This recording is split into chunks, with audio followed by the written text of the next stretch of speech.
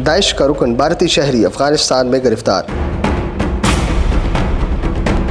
केरला से ताल्लुक रखने वाले एक हिंदुस्तानी शहरी सनाउल इस्लाम को अफगानिस्तान में गिरफ्तार कर लिया गया है। गिरफ्तार भारतीय शहरी की शनाख्त दाइश के रुकन के तौर पर की गई है। भारतीय शहरी अफगान सूबे कंदहार में गिरफ्तार हुआ।